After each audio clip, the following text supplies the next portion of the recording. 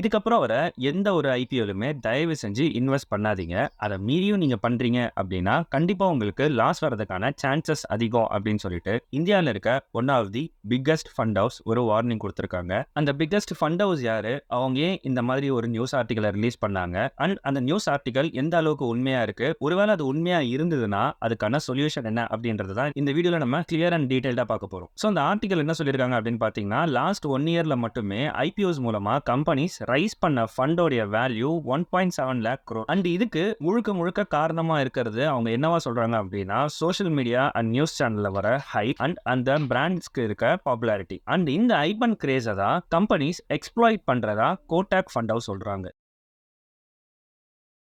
முன்னெல்லாம் ஒரு company IPO file பண்றாங்க அப்படின்னா, அதுக்கு மெயின் ரீசன் என்னவா இருக்கும் அப்படின்னா, அந்த பிசினஸ் டெவலப்மென்ட்க்காக தான் இருக்கும். ஆனா, இப்போ வர கம்பெனிஸ் ஐபிஓ ஃபைல் பண்றதுக்கு மெயின் ரீசன் என்னவா இருக்கு அப்படின்னு பார்த்தீங்கன்னா, ஒண்ணு அந்த கம்பெனியோட பழைய கடனை அடைக்கிறதுக்காகவும், செகண்ட் அந்த ப்ரமோட்டர்ஸ் ப்ராஃபிட்ட புக் பண்ணிட்டு அந்த கம்பெனில இருந்து எக்ஸிட் ஆகுறதுக்காகவும் தான் இருக்கு அப்படின்றது தான் கோடாக் ஃபண்ட் ஹவுஸ் அக்யூசேஷனா சொல்றாங்க. அண்ட் அவங்க சொன்ன அந்த பாயிண்ட்ட வேலிடேட் பண்றதுக்கு இப்போ ரீசென்ட்டா வந்த டாடா கேபிட்டல் ஐபிஓட பிஃபோர் ஆஃப்டர் லிஸ்டிங்க தான் எக்ஸாம்பிளாவும் சொல்றாங்க. இப்போ ரீசென்ட்டா லிஸ்ட் ஆன டாடா கேபிட்டல் அண்ட் எல்ஜி இது ரெண்டுக்குமே ஈக்குவலான பிராண்டோட பாப்புலாரிட்டி அண்ட் ஈக்குவலான ஹைப் இருந்துச்சு. டாடா கேபிட்டலோட ஐபிஓ ஓவர் சப்ஸ்கிரைப் ஆயிருந்தாலுமே லிஸ்டிங் அப்போ ரிட்டர்ன்ஸை கம்பேர் பண்ணும்போது எல்ஜியை விட ரொம்பவே மீடியாக்கர் ரிட்டர்ன்ஸ் தான் தந்திருக்கு அப்படின்றத தான் அவங்க பாயிண்டா இங்க வைக்கிறாங்க. அப்கமிங்ல இதே மாதிரி ஃபேமஸான brands like grow, Lenskart, fine labs எல்லாமே ஐபிஓ லிஸ்டிங்காக வெயிட்டிங்ல இருக்கு. ஸோ இந்த மாதிரி ஃபேமஸான பிராண்ட்ஸ் அவங்களுடைய பிராண்டோடைய பாப்புலாரிட்டி அண்ட் ஹைப்பை யூஸ் பண்ணி ரீட்டைல் இன்வெஸ்டர்ஸோடைய மணியை மிஸ்யூஸ் பண்றாங்க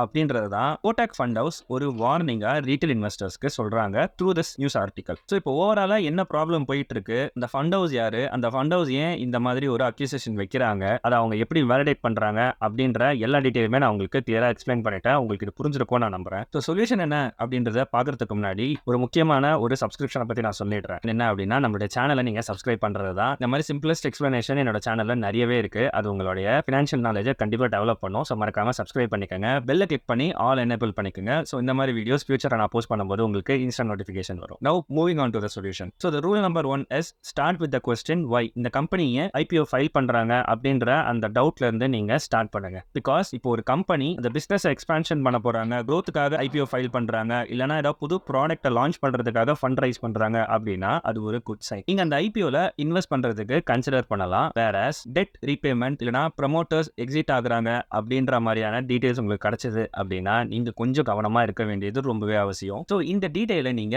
டிஆர்ஹெச்பி அப்படின்ற டாக்குமெண்ட்லயே நீங்க செக் பண்ணிக்கலாம். அண்ட் இந்த டாக்குமெண்ட் அந்த கம்பெனியோட வெப்சைட்லயே மென்ஷன் பண்ணிருப்பாங்க. ரூல் நம்பர் 2, லிஸ்டிங் டேயிங் ப்ராஃபிட்டுக்காக மட்டுமே ஒரு ஐபிஓல தயவு செஞ்சு இன்வெஸ்ட் பண்ணாதீங்க. அது ஏன் நான் அப்படி சொல்றேன் அப்படின்னு பாத்தீங்கன்னா, பாப்புலரான பிராண்ட்ஸ் அவங்களோட ஐபிஓ ஃபைல் பண்றதுக்கு முன்னாடியே சோஷியல் மீடியால அதுக்கான ஹைப் பண்றதுக்கான ப்ராசஸை ஸ்டார்ட் பண்ணிடுறாங்க. ஸோ இந்த ஹைப் என்ன பண்ணிடுது அப்படின்னு பாத்தீங்கன்னா, ஒரு ஃபேக்கான ஒரு டிமாண்டையும் கிரியேட் பண்ணிடுது மக்கள் மத்தியில. ஏன்னா மக்களை பொறுத்த வரைக்குமே பெரிய பிராண்ட், ஃபெமிலியரான பிராண்ட் அப்படின்னாலே அவங்களுடைய கம்பெனியோட ஃபண்டமெண்டல்ஸ் வந்துட்டு கண்டிப்பா நல்லா தான் இருக்கும், அவங்க நல்ல ரிட்டர்ன்ஸ் தருவாங்க அப்படின்ற ஒரு தாட் இருக்கு. அதனால அந்த கம்பெனியோட ஐபிஓ வரும்போது கண்டிப்பா அது ஓவர் சப்ஸ்கிரைப் ஆக தான் செய்யும். அந்த ஓவர் சப்ஸ்கிரைப் ஆன உடனே என்ன ஆகும்னு பாத்தீங்கன்னா, இன்னும் நிறைய பேர் அதை வாங்க ஆரம்பிப்பாங்க. ஏன்னா அந்த லிஸ்டிங் கெயின் அது மூலமா தான் உங்களுக்கு வருது. ஸோ ஒரு குயிக் ப்ராஃபிட் மென்டாலிட்டியில ஒரு இன்வெஸ்ட்மெண்ட் டிசிஷன் நீங்க எடுக்கிறது ரொம்ப பெரிய ஆபத்துல போய் முடியும். அதுக்கான ரீசன் என்ன அப்படின்றத நம்ம இப்போ இந்த தேர்ட் பாயிண்ட்ல பார்க்கலாம். ஒரு கம்பெனியோட வேல்யூவேஷன் சரியா இல்ல அப்படின்னா அதுக்கு என்னதான் டிமாண்ட் இருந்தாலுமே அது லிஸ்டிங் ஆகும் போதே கண்டிப்பா அது கீழே விழும். இல்லனா வித்தின் ஃபியூ டேஸ்லயே அதோட பிரைஸ் பாத்தீங்கன்னா கீழே விழ ஆரம்பிச்சிடும். இதுதான் நம்ம கரெக்ஷன் சொல்லுவோம். உங்களுக்கு இன்னும் இது கிளியரா சொல்லணும், டிக்கெட்டை வாங்குறதுக்கு 100 பேர் வந்துட்டு ஃபைட் பண்றாங்க.